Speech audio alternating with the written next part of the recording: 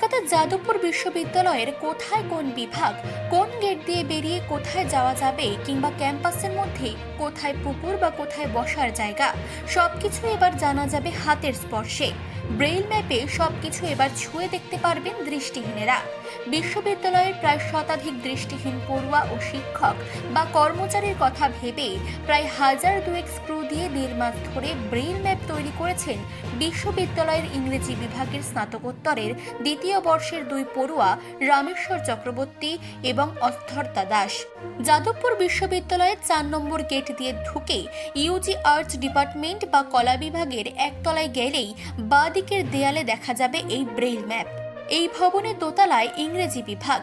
এই বিভাগেরই স্নাতকোত্তর স্তরে বিশেষ project disability in Indian literature, যেটি পরিচালনার দায়িত্বে রয়েছেন ইংরেজি বিভাগের অধ্যাপক ঈশান চক্রবর্তী।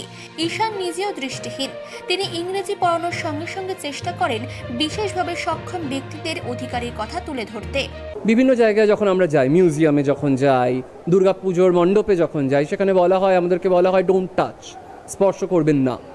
কিন্তু স্পর্শের মাধ্যমেই যে আমাদের অভিজ্ঞতার একটা বড় জগৎ আছে দৃষ্টিহীন মানুষদের, সেটার কথাও আমি ক্লাসে বারবারই বলবার চেষ্টা করেছি নানা রকমভাবে। শোনা এবং স্পর্শ এটা আমাদের একটা অভিজ্ঞতা অর্জন করবার একটা বড় পথ। তো আমি জানি না সেটা ওদের কোনোভাবে ইন্সপায়ার করেছে কি না, কিন্তু আমার ক্লাসে বলা কথাগুলো এবং আমার শেখানো কথাগুলো, আমি যে মূল্যবোধ, যে ভ্যালিউজ আমি শেখাতে চেয়েছি, যে সমানাধিকারের কথা আমি ক্লাসে বারবার করে বলবার চেষ্টা করেছি, সেটা থেকে প্রবুদ্ধ হয়ে, সেটা থেকে ইন্সপায়ার্ড হয়ে তারা যদি এই কাজটা করে থাকে, আমার মনে হয় শিক্ষক হিসেবে সেটাই আমার সার্থকতা।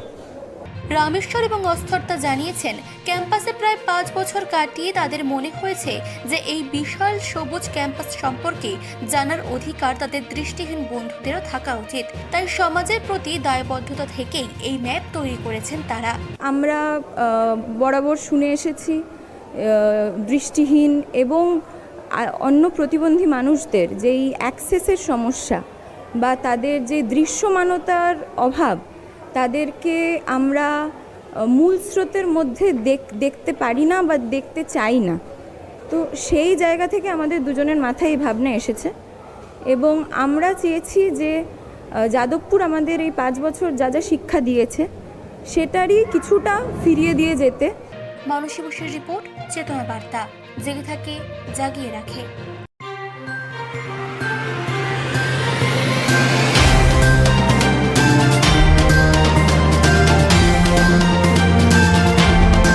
চেতনা বার্তা, জেগে থাকে, জাগিয়ে রাখে।